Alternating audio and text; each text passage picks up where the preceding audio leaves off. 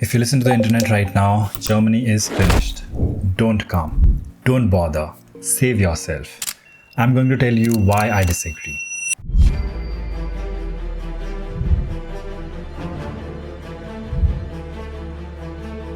This is what young Germans are saying about their own country right now.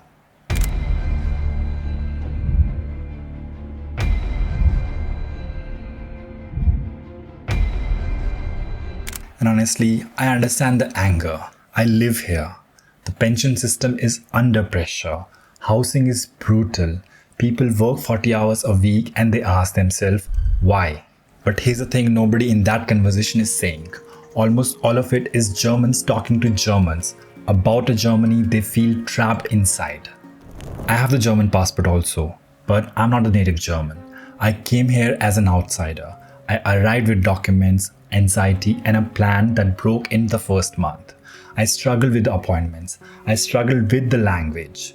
I struggled with the rejection emails I couldn't even read at first. And I built my life here anyway. So if you are an international student, a young professional, or someone watching this from another country wondering, should I even come anymore? I want to tell you something the people inside that conversation cannot. Germany is not over. Germany is being handed over. And the same crisis making young Germans angry. That's exactly the reason there's an opening for someone like you. First of all, I'm not here to do German PR. Germany has real problems. And if you come here expecting everything is going to be smooth, Germany will humble you fast. By 2035, around 1 in 4 people in Germany will be 67 or older. That's not my opinion.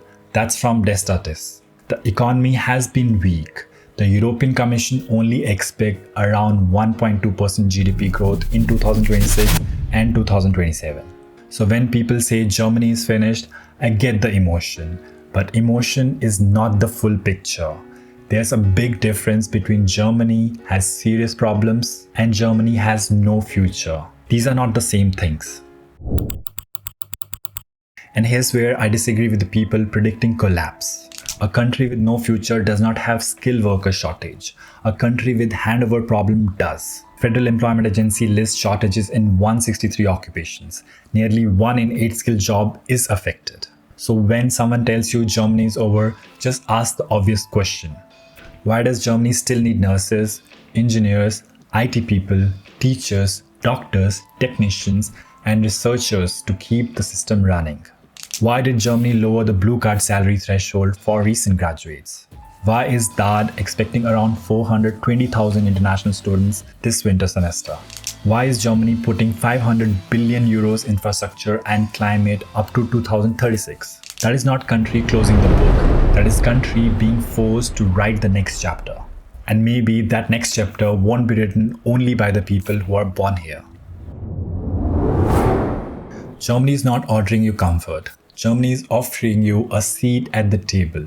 Comfort means come here, everything is easy, no struggle, no rejection. Germany doesn't offer that to anyone. A seat at the table means something different. If you study, work, learn the language, pay taxes, integrate slowly, you stop being a visitor. You become a part of the country. Recognized education, healthcare, worker rights, rule of the law, long-term residence, and eventually belonging here. Not overnight, step by step. But that's not a small thing. And yes, some young Germans are leaving. They are going to Canada, Japan, and US. That's real. But when they leave, seats open up for you. The handover is not just a word. It's literally seats opening at companies, in apartments, in cities, in whole professions. Now, I know what some of you are already typing. If Germany needs workers so badly, why do students apply to 100 jobs and get no reply? That frustration is real. I'm not going to dismiss it. Ghost jobs exist. Internal hiring exists. Talent pool posting exists. Hiring platforms are reporting that around 18 to 22% of jobs on their platform in some quarters were classified as ghost jobs. But here's the thing. A fake job posting does not prove Germany has no opportunity. It just proves that the old way of job hunting is broken. The German job market has 4 layers. The visible market. LinkedIn, Stepstone, Indeed, where everyone applies.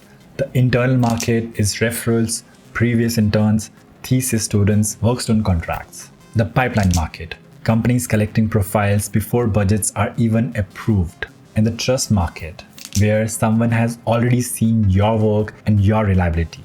Most of the international students fight only in the visible market, and then they think Germany rejected them. But sometimes Germany did not reject your talent. Germany rejected the uncertainty around you. German hiring is low risk. Company need workers, yes, but they still ask themselves, can this person communicate? Will they stay long term? Can they handle our documents and our clients? Will they disappear after 6 months? And some of you will say, it's not a worker shortage, it's a wage shortage. And you're partly right. Germany is not paying enough to convince young Germans to retrain into care, into trades, into rural healthcare. But for someone coming from a country with weaker contracts, weaker pensions, weaker healthcare, that same wage looks very different.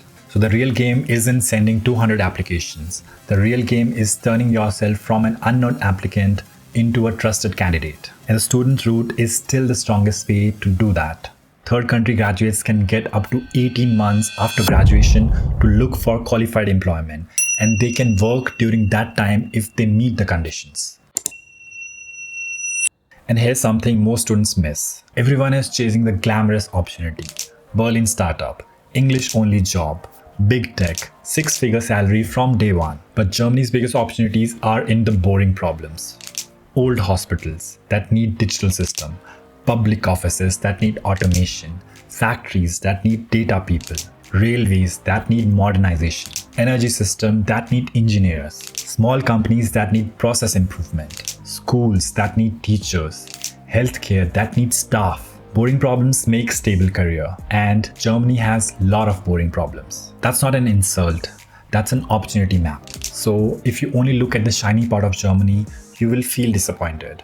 But ask instead, where is Germany under pressure and where can I become useful?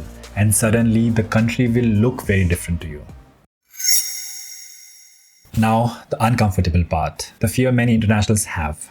I won't pretend this concern is fake. Discrimination exists. Some people will face it. In May last year, Germany's domestic intelligence agency classified AfD as right-wing extremist party, though the classification was later put on hold during legal proceedings. But the point is not party politics. The point is Germany's institutions are not sleeping. And Germany's also millions of people who work with immigrants, study with them, hire them, treat them as patients, and build their daily life together. So yes, be aware, but don't let fear become your full map of the country.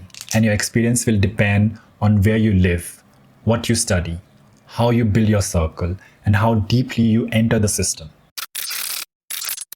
So who should still come to Germany? I would say, come if you're willing to play the long game. Come if you can handle some loneliness in the beginning.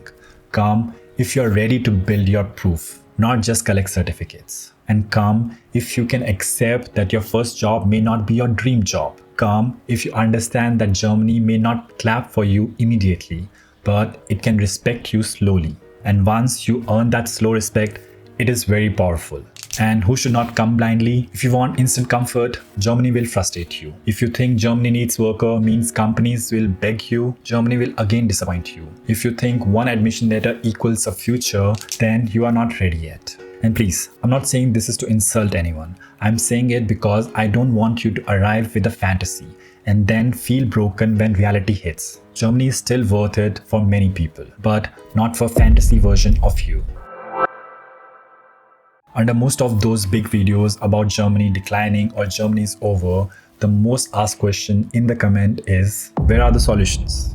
And on my side, I can't fix Germany's pension system. I can't create an overnight solution, but I can give you a framework for whether you should still come and how to come well. But first, 5 questions you should ask yourself honestly. Number 1, which German problem does my field actually connect to? Second, what proof can I build before Germany trusts me? A project, a thesis with a company, a work student role, a portfolio. Third, which layer of the market am I entering? Only visible job posts or also professors, alumni, events, internship, referrals? Fourth, what's my 24-month plan after arrival? Not just first semester plan. 5. Am I coming to escape something or coming to build something? Because Germany is hard for people who want to escape, but it can be powerful for people who want to build. And now I want to hear from you. Comment with one of these words. Over if you think Germany is declining too much. Hand over if you think Germany still has a future and needs a new generation. And comment depends if you think opportunities exist but only for some people and some fields. And then you can tell me also your real experience. Take good care of yourself. Tschüss.